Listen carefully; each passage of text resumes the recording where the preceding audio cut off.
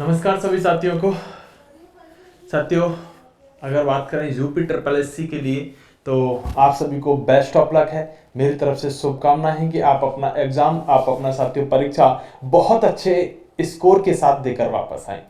आज कुछ वीडियो में बात करने के लिए आया हूं कि क्या सेफ स्कोर रह सकता है एग्जाम में, क्या साथियों हमें सावधानी बरतनी होगी, ओएमआर को कैसे साथियों मुख्य रूप से हमें बहुत विशेष रूप से ध्यान देकर भरना होगा। इन चीजों पर बात करने वाला हूं और आखिरकार बताने वाला हूं कि आखिर हम जो ये पेपर देने जा रहे हैं इससे साथियों हम जानते हैं कि पिछले 2 बार से हम देते आ रहे हैं तो बहुत ज्यादा वैकेंसी हमें देखने के लिए नहीं मिलती है, लेकिन बच्चा बार बार इस मैसेज को करके कह रहा है कि सर मैं पैट की परीक्षा देने जाऊं भी या ना भी जाऊं, मैं दूं या ना दूं। बहुत सारे बच्चों ने, आपने देखा होगा कि फॉर्मों की संख्या बहुत कम हो गई है, घट गई है, तो बहुत सारे बच्चों ने फॉर्म ही नहीं भरा। आखिरकार मैं आपसे बात करूंगा कि आपको पेपर देने जाना चाहिए या नहीं जाना चाहिए। इस बात पर साथियों सबसे पहले बात कर लेता हूं कि पेपर देने आप जाएं या ना जाएं। साथियों सबसे मुख्य बात क्या है कि आप इस बात को समझने की कोशिश कीजिएगा कि आपको कोई भी साथियों मंजिल अगर पूरी करनी है और मंजिल पूरी करने का जब आप पहला कदम ही नहीं रखोगे, पहला आप स्टेप ही नहीं रखोगे, तो उस मंजिल की कल्पना आप कैसे कर सकते हो। यानी कि ये आवश्यक तो नहीं है कि पिछले 2 साल से वैकेंसी नहीं आ रही है तो इस बार भी नहीं आएंगी। आपने देखा लेखपाल की भर्ती पैट से आई। अगर आप साथियों पैट का फॉर्म ही नहीं भरते, आप पैट का पेपर ही नहीं देने जाते तो क्या आप लेखपाल की परीक्षा में बैठ पाते? नहीं बैठ पाते। यानी कि यह भी सुनिश्चित नहीं है कि आगे भर्ती नहीं आएगी। हो सकता है कोई ऐसी वैकेंसी आ जाए जिसके अंदर बहुत सारी वर्क में आपको वैकेंसी देखने के लिए मिले और आपने साथियों पैट का पेपर ही नहीं दिया है तो उस वैकेंसी का आपको कोई फायदा नहीं है और आप इतने ज्यादा व्यस्त तो हो नहीं सकते जो आप एक पैट का पेपर देने भी नहीं जा सकते। आप ऐसे समझो कि आप लाइब्रेरी में बैठ के आप पढ़ने के साथ आप एक मॉक टेस्ट लगाते हो, आप सेम मॉक टेस्ट अपने परीक्षा केंद्र पर लगाने के लिए जा रहे हो। तो बहुत सारे बच्चे इस बात को लेकर संशय में थे, सर मैं पेपर देने ही नहीं जाना चाहता क्योंकि इससे वैकेंसी नहीं निकल रही है। मैं कह रहा हूं कि अगर बेटा वैकेंसी निकली तो फिर आप क्या करोगे? आप वैकेंसी अगर निकली तो आप क्या करोगे? कोई आपके पास माध्यम बचेगा? कुछ नहीं बचेगा। इसे सबसे पहली बात ये होगी कि अगर आपने फॉर्म भरा है तो पैट की परीक्षा देने जरूर जाएं। इस बात को समझकर दरकिनार ना करें कि वैकेंसी नहीं आती। अगर वैकेंसी आई तो साथियों ध्यान रखिएगा कि आप इसके अंदर अगर इसके अंदर पेपर नहीं दोगे तो आप उस मुख्य परीक्षा के अंदर नहीं बैठ पाओगे जो समूह ज्ञ की रहने वाली होगी। तो पेपर देने हर बच्चा जाएगा। बहुत सारे बच्चों को समस्या हो रही है कि सर दूर सेंटर गए हैं, तो जो लड़कियां हैं, गर्ल्स हैं, वो साथियों अपने परिजनों के साथ, अपने अभिभावकों के साथ या भैया को लेकर या किसी पिताजी को लेकर साथियों सेंटर पर पहुंचे। और जो साथियों बॉयज हैं उनको कोई समस्या नहीं रहने वाली है क्योंकि साथियों वो तो जा ही सकते हैं। तो सभी लोग सबसे पहली बात है पेपर देने जरूर जाएं।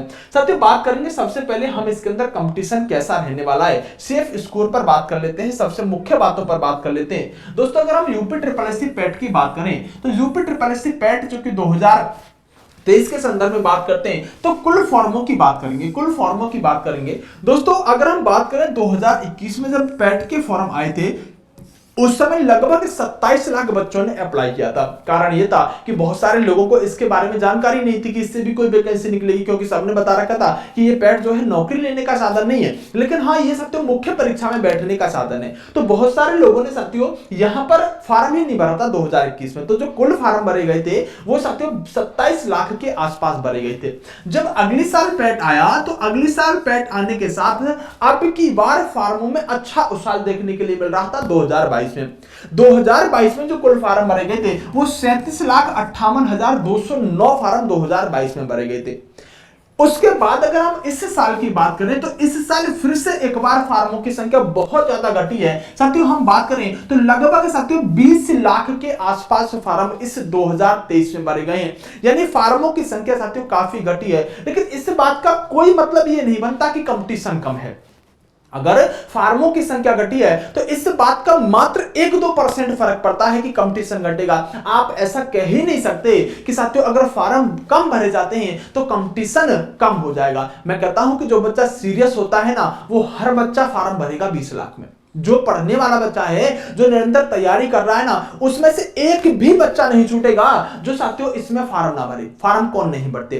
फार्म वह नहीं भरते जो 37 लाख के अंदर जिन्होंने फार्म भरा था ना वो सब भीड़ ने फार्म भरा था क्योंकि इसके अंदर उम्र अच्छी खासी थी, योग्यता कोई खास नहीं ले रहे थे। तो साथियों जिनका तैयारी से कोई मतलब 4-4 साल से नहीं था ना, वह भी पेट का फार्म भर के क्या कर रहे थे? एक्सपेरिमेंट कर रहे थे।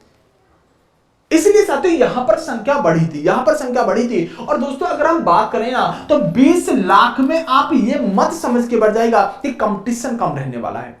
पढ़ने वाला बच्चा एक भी, आप खुद बताइएगा आपकी जानकारी में कोई ऐसा बच्चा है जो निरंतर तैयारी कर रहा है, लाइब्रेरी ज्वाइन कर रखी है या रोज 6 से 7 घंटे पढ़ रहा है? क्या एक भी बच्चा ऐसा है जिसने जानकर पैट का फॉर्म नहीं भरा? एक भी नहीं मिलेगा। तो पढ़ने वाला हर बच्चा बैठ रहा है एग्जाम में, पढ़ने वाला हर बच्चा इस एग्जाम में बैठ रहा है। जो भीड़ घटी है वो ना पढ़ने वालों की घटी है, और ना पढ़ने वालों से कंपटीशन ऊपर नीचे ज्यादा होता नहीं है। कंपटीशन ऊपर नीचे किससे होता है? जो पढ़ने वाले बच्चे होते हैं, और पढ़ने वाला बच्चा हर कोई 20 लाख में बैठ रहा है। इसलिए कंपटीशन कम होने की बात आप फार्मों की संख्या कम होने से नहीं कह सकते। इस बात को आप भी जानते हैं, मैं भी जानता हूं, लेकिन कुछ लोग कह देते हैं कि कंपटीशन इस बार कम रहेगा। कोई कम नहीं रहेगा बेटा, पढ़ने वाला हर बच्चा इसके अंदर बैठेगा। मैं बात करूं साथियों सेफ स्कोर क्या रहेगा। दोस्तों ये एक ऐसी परीक्षा है जिसमें सेफ स्कोर नहीं कह सकते, क्योंकि ये हर मुख्य परीक्षा के लिए अलग कट ऑफ लगाएंगे, हर मुख्य परीक्षा के लिए अलग कट ऑफ लगाएंगे। जैसे कोई भी भर्ती लेकर आए और उस भर्ती के अंदर साथियों मान लीजिएगा इन्होंने 10,000 वैकेंसी निकाली, किसी भी विभाग में यूपी ट्रिपल 10,000 वैकेंसी निकालती है, तो ये कहेगा कि हम 10,000 का साथियों यहां पर 15 गुना बच्चा ले लेंगे। 10,000 का 15 गुना बच्चा मुख्य परीक्षा के लिए लेंगे। कहां से लेंगे? जो पैट पास करके बैठे होंगे ना, उनमें से ऊपर वाले, अच्छे वाले जो होंगे ना, ऊपर वाले जिनका स्कोर ज्यादा होगा, ज्यादा स्कोर वालों को जितनी वैकेंसी होगी उसका 15 गुना ले लेंगे, ऐसा ही कहते हैं। लेकिन ये लेते कितने गुना है? ये लेते हैं साथियों यहां पर 30 गुना लेते हैं। कितना? 30 गुना यहां पर लेने का काम करते हैं। यानी कोई भी वैकेंसी आएगी, उस वैकेंसी के अंदर जितनी भी साथियों काउंटिंग रहेगी, टोटल पद जितने रहेंगे, उन पदों का 30 गुना ये पैट में जो बच्चों ने पेपर दे रखा है उस पैट के अभ्यर्थियों में से टॉप के 30 गुना बच्चों को ले लेंगे। चाहे वो 70 पे आ जाए, चाहे वो 65 पे आ जाए, चाहे वो साथियों यहां पर 90 पे आ जाए। अब जितनी ज्यादा वैकेंसी रहेंगी उतने साथियों नीचे वालों को मौका मिल जाएगा, जितनी कम वैकेंसी रहेंगी उतना साथियों ऊपर वालों को मौका मिलेगा। तो सेफ स्कोर इसलिए नहीं कहा जा सकता क्योंकि हर वैकेंसी के लिए सेफ स्कोर अलग रहेगा। जितनी टोटल पोस्ट आएंगी उसका 30 गुना ये लेते हैं, कहते 15 गुना है। 30 गुना लेने का मतलब है कि जो पैट के स्कोर करता होंगे ना, जिन्होंने स्कोर कर रखा होगा, उसमें से ऊपर वाले जो भी 90, 95, 98, 97 ये जो स्कोर होंगे, जहां भी बैठ जाएं, मतलब जहां भी नीचे तक बैठ जाए, जैसे कि मान लो 5 वैकेंसी आई तो 5 वैकेंसी के लिए क्या करेंगे? तो 30 गुना ले लेंगे। मतलब कि टॉपर जो भी साथियों टॉपर 30 गुने होंगे, 30 गुना 5 कर लीजिएगा, तो जो भी टॉपर होंगे ना उनमें से ऊपर वाले को यानी कि 100 के आसपास वालों को उठा लेंगे। तो यही बात होती है कि इसमें साथियों सेफ स्कोर कहना आसान नहीं है, लेकिन फिर भी मैं आपको बता के चलूंगा कि आखिरकार आपका सेफ स्कोर क्या रह सकता है। लेकिन उससे पहले मैं बताने वाला हूं आपको कि आखिरकार आपको इसके अंदर किस बात पर विशेष ध्यान देना है, ज्यादा ध्यान किस चीज पर देके चलना है। दोस्तों मैं बात करूं जीके की, यानी कि सामान्य अध्ययन जीके, इसमें आपको बहुत सारी चीजें मिल जाएंगी। इसमें इकोनॉमिक्स भी मिलेगा, हिस्ट्री भी मिलेगा, पॉलिटी भी मिलेगा, ज्योग्राफी मिलेगा, करंट अफेयर, स्टैटिस्टिक्स के, ये सब कुछ साथियों 50 नंबर का यहां पर आपको दिखाई दे रहा होगा। लेकिन दोस्तों मैं एक बात कहना चाहूंगा कि आपको ना अगर पैट के अंदर अच्छा स्कोर करना है तो जीके में आपको बहुत पॉलिटी पढ़ने की आवश्यकता नहीं है, बहुत साथियों आपको ज्योग्राफी पढ़ने की आवश्यकता नहीं है, बहुत इकोनॉमिक्स पढ़ने की आवश्यकता नहीं है। आप 3 चीजों को अच्छे से रिवाइज करके जाना। एक तो साथियों हिस्ट्री मतलब बात करें टोटल 10 नंबर की इसके अंदर हिस्ट्री आनी है, और साथियों एक बात करें आपकी स्ट्रेटेजी के, ये 10 नंबर की आनी है, और दूसरा आपका करंट अफेयर 10 नंबर का आना है। सर कब तक का करंट अफेयर पढ़े? तो मैं कह रहा हूं बेटा 6 से 7 महीने का लास्ट का करंट अफेयर पढ़ जाना, कोई समस्या रहने वाली है। जो अवार्ड वगैरह है या कोई साथियों ट्रॉफी है या कोई आयोजन हुआ है उन पर साथियों यहां पर थोड़ा 1 साल का भी क्वेश्चन कवर कर जाना, नहीं तो 6 से 7 महीने का करंट अफेयर पढ़ जाना, आपको कोई समस्या आने वाली नहीं। जैसे कि G20 हुआ तो G20 से हो सकता है कि आपको क्वेश्चन देखने के लिए मिले, बहुत मामला अच्छा था तो G20 को अच्छे से कवर करके जाना। तो साथियों मुख्य बात क्या है कि 50 में से आपको हिस्ट्री, स्ट्रेटेजी के और करंट अफेयर ये 30 नंबर पर अच्छी पकड़ का बना के जानी है। जो रिविजन करना है ना, जो मेहनत करनी है ज्यादा, वो यहां पर इस 30 नंबर नंबर पर करके जानिए, ध्यान रखिएगा। अगर हिंदी की बात करें, देखो जो बात मैं बता रहा हूं अगर उतनी फॉलो कर ली ना आपने इन अंतिम दिनों में भी अपने रिवीजन के माध्यम से, तो आप साथियों 5 से 6 नंबर ऐसे ही प्लस कर जाओगे। दोस्तों हिंदी की बात करें, हिंदी में जो आपके 15 नंबर की हिंदी है, इसमें साथियों जो गद्यांश वाला पोर्शन आता है ना, उसको बहुत स्ट्रॉन्ग करके जाना। सर कैसे स्ट्रॉन्ग करें? आप प्रीवियस ईयर के सारे जितने भी पेपर है ना, उनको एक बार लगा लो, किस लेवल पर क्वेश्चन पूछे जाते हैं और उनकी प्रैक्टिस कर लो। गद्यांश अगर आपने कर दिया तो हिंदी के अंदर तो ज्यादा लेवल इसका अच्छा नहीं रहता, हिंदी में अच्छा खासा स्कोर कर जाओगे। मैथ में साथियों सबसे मुख्य बात मैं कहूंगा कि जो आपकी डीआई आती है ना, डीआई में एक भी क्वेश्चन गलत ना हो जाए। क्या सर ऐसा होता है? बेटा इतना कठिन नहीं आता है, इतना कठिन नहीं आता। जो डीआई आता है ना, इसमें पाई चार्ट और ग्राफ वाले जो क्वेश्चन होते हैं ना, ये आपको पूरे में से पूरे करके आने हैं। बाकी आपका अगर मैथ, जिनका मैथ कमजोर है ना, वो भी डीआई को कर सकते हैं। डीआई में है क्या? सत्य रेशो होता है, परसेंटेज होता है, सीधा एवरेज होता है। तीन ही चीजें तो पूछी जा रही होती है। अर्थमेटिक के तीन ही टॉपिक हैं, सत्य रेशो, अर्थमेटिक, रेशो, परसेंटेज और एवरेज। तीन चीजों के अलावा कुछ ज्यादा पूछता ही नहीं है। तो डीआई साथियों 20 में से 20 करी जा सकती है। अब बात करें रीजनिंग साथियों 5 की आती है, हर बच्चा पास करके आ जाएगा। इंग्लिश में बच्चों को यह समस्या रहती है, सर हमारी इंग्लिश तो बहुत अच्छी नहीं है। तो बेटा आप क्यों मान रहे हो कि पेपर आपका 100 नंबर का है? आप 95 नंबर का मान के चल लो ना। अगर आपकी इंग्लिश बहुत अच्छी नहीं है ना, तो आप इंग्लिश को पढ़ना मत। हालांकि साथियों पैसिव वॉइस वगैरह जो होते हैं ज्यादा कठिन नहीं होते, लेकिन फिर भी साथियों आप 95 पर फाइट कर लो, 95 पर भी अच्छा स्कोर करके चल लो, इन चीजों पर अच्छा स्कोर कर लो। लेकिन फिर भी इंग्लिश ट्राई करने की कोशिश कीजिएगा। ज्यादा एंटोनियम सिनोनिम्स वगैरह ज्यादा कठिन नहीं आते, एक बार ट्राई करिएगा, हो सकता है कि इसमें भी आप अच्छा स्कोर करके आ जाओ। तो साथियों ये आपका क्या है, मैंने बता दिया कि यहाँ हिस्ट्री, स्ट्रेटेजी और करंट अफेयर को बहुत ज्यादा रिविजन करना अंतिम दिनों में। यहाँ हिंदी में गद्यांश वाले पोर्शन पर अच्छी प्रैक्टिस कर लो, और साथियों जो डीआई वाला पोर्शन है ना, जिसको मैथ भी नहीं आता ना, वह भी साथियों पूरा स्कोर करके आए। यहां पर ये चीज अगर आपने अच्छे से कर ली ना, आपके स्कोर में कोई समस्या होने वाली नहीं है। इतनी मेरी बात को समझ लेना। दोस्तों अब कितना स्कोर करके आए, अब हम सर कितना स्कोर करके आए, तो इससे पहले मैं आपको एक बात बताने जा रहा हूं, इस बात को सुनिएगा। दोस्तों अगर आप अपना स्कोर 65 करके आते हो, अगर आप 65 नंबर लेकर आते हो नॉर्मलाइजेशन के बाद, तो साथियों आपका जो परसेंटाइल होगा वो लगभग 94 होगा। मैं पॉइंटों में वैल्यू नहीं लिखी है, एक एग्जैक्ट वैल्यू लिख रहा हूं। तो 65 अगर आपने स्कोर किया तो आपका लगभग 94 परसेंटाइल बन रहा होगा, और आप साथियों टॉप के यहां पर 1,49,210 बच्चों में रहने वाले हो। यानी कि अगर साथियों आप 65 स्कोर करते हो तो आप 1,49,000 बच्चों में हो। अब मैंने कहा है जितनी वैकेंसी आएंगी उसके 30 गुने बच्चों को लिया जाएगा।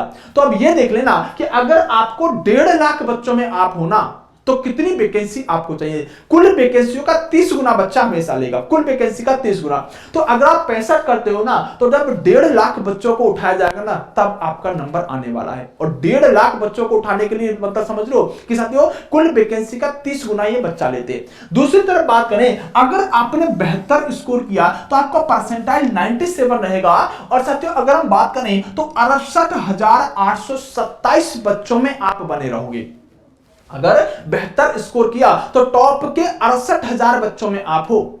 और अगर साथियों आपने 75 स्कोर किया तो 98 परसेंटाइल होगा। और साथियों बात करें तो 35,268 बच्चों में आप हो। मतलब जितने बच्चे पेपर दे रहे हैं, अगर आप 75 स्कोर करते हो ना, तो आप टॉप के 35,000। ये जो डाटा मैं बता रहा हूं ना, आपको प्रीवियस ईयर के आधार पर बता रहा हूं। अब परसेंटाइल क्या रहेगा, कैसे रहेगा, किस तरह से बच्चा रहता है, वो एक अलग बात है, लेकिन लगभग अनुमान यहीं पर बैठने वाला है। अगर आप साथियों 76, देखो 75 से सिर्फ एक बड़ा है 76, लेकिन आप देखो बच्चे कितने, लगभग 10,000 बच्चे खत्म हो गए।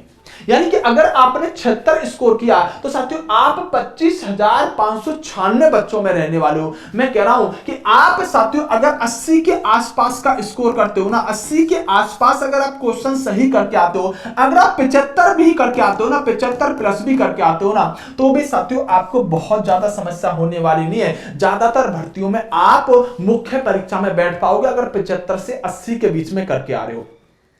लेकिन अगर आप उससे कम करके आ रहे हो तो भैया बहुत ही ज्यादा वैकेंसी आई ना, तभी मुख्य परीक्षा में बैठने की आपकी संभावना बनेगी, अन्यथा आपकी साथियों मुख्य परीक्षा में बैठने की कोई संभावना नहीं रहने वाली है। साथियों ये ध्यान रखिएगा 75 से 80 के बीच में हमारा टारगेट होना चाहिए। बाकी डिपेंड करता है पेपर कैसा रहता है, क्या चीजें रहती है, उस पर बहुत सारी चीजें रहती है। आप सभी लोग जानते हैं कि पहले से अनुमान एग्जैक्ट नहीं लगाया जा सकता चीजों का।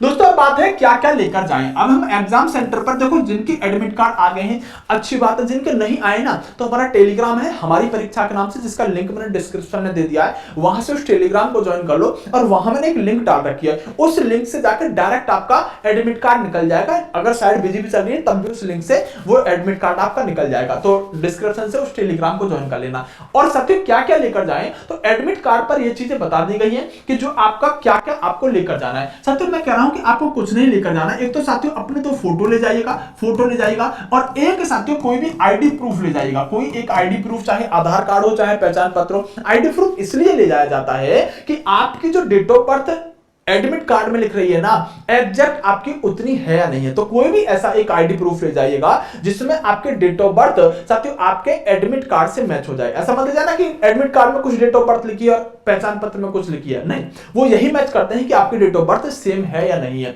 दूसरा फोटो लेकर जाएगा, एक दो साथियों पेन लेकर जाएगा, बॉल पेन लेकर जाएगा, क्योंकि ओएमआर साथियों आपको भरनी होगी। बाकी आपको कुछ ज्यादा लेकर जाने की आवश्यकता बिल्कुल भी नहीं है। सबसे मुख्य बात क्या है साथियों, मैं कह रहा हूं कि समय पर पहुंचे। मैं कह रहा हूं कि इस वीडियो को बनाने के बाद भी देखना कितने ही सारे बच्चों को अभी ऐसा सुनने को मिलेगा लास्ट में कि मेरा पेपर छूट गया। बेटा उत्तर प्रदेश के अंदर पैट का पेपर जिस दिन होता है ना साथियों, साधनों की बात करूं ना एकदम मामला चक्का जाम हो जाता है। बहुत बुरी स्थिति उत्तर प्रदेश के अंदर हो जाती है जब पैट का पेपर होता है। मतलब आपको साथियों रात को आप 10-10 बजे तक खड़े रहोगे स्टैंडों पर और जो भी बस आएगी वो अगले 30 सेकंड में फुल, इतना ज्यादा क्राउड रहता है। और अगर मान लो आप पेपर देने जा रहे हो तब भी ये समस्या बन सकती है। तो मैं कह रहा हूं कि आपको साथियों एग्जाम सेंटर के नजदीक ही अगर आप 1-2 घंटे के रास्ते में ही तो आप साथियों उसी दिन निकल जाएं, नहीं तो आप एक दिन पहले एग्जाम सेंटर के पास पहुंच जाएं। समय से पहुंचने वाली बात पर विशेष ध्यान देना होगा, क्योंकि बहुत सारे बच्चों की परीक्षा हमेशा छूट जाती है। इस बार भी वह आप ना हो ऐसा साथियों मैं चाहता हूं, वो कोई और हो, तुम ना बनो उसके शिकार। साथियों ओएमआर का विशेष ध्यान रखना होगा, ये एक दूसरा पॉइंट है जिस पर सबसे मुख्य बिंदु के तौर पर हमें ध्यान देना होगा। दोस्तों ऑनलाइन में क्या होता है कि कोई समस्या होती नहीं है, आपके सामने अगर कोई गलती भी हो गई तो आप उससे करेक्ट कर सकते हो, उसमें करेक्शन हो जाता है। लेकिन ओएमआर में आपने एक बार गलती करी और जानते हो किसमें, अगर क्वेश्चन में गलती कर दी, बी की जगह ए भर दिया तो आपका 1 नंबर गया। लेकिन अगर आपने साथियों registration number, roll number, date of birth, shift में अगर गलती कर दी और उसका गोला गलत भर दिया ना तो आपकी ओएमआर ही चेक नहीं होगी। आपको पर्याप्त समय मिलता है और पर्याप्त समय के साथ आपको ओएमआर बननी है। पहले ओएमआर बननी नहीं है, क्योंकि आप पेपर कितना भी अच्छा करके आओ और मान लो आपने साथियों ओएमआर में कोई भी मिस्टेक कर दी तो उस पेपर को अच्छा करने का क्या फायदा, कोई फायदा नहीं है। इसलिए साथियों आपको ओएमआर को विशेष ध्यान से बनना है, बहुत ज्यादा ध्यान से बनना है। और मैं कहता हूं कि ओएमआर कब गलत होती है, ओएमआर तब गलत होती है जब साथियों आप होपलेस हो रहे हो। तो ओएमआर कब गलत होगी, जब आप परेशान हो रहे होते हो और जब आप जल्दबाजी कर रहे होते हो ना तब ओएमआर गलत होगी आपकी। अगर आप धैर्य के साथ, माइंड आपका शांत है, पेपर देने की स्थिति में आप हो और तब ओएमआर बनना शुरू करोगे ना, ओएमआर कभी गलत नहीं हो सकती है।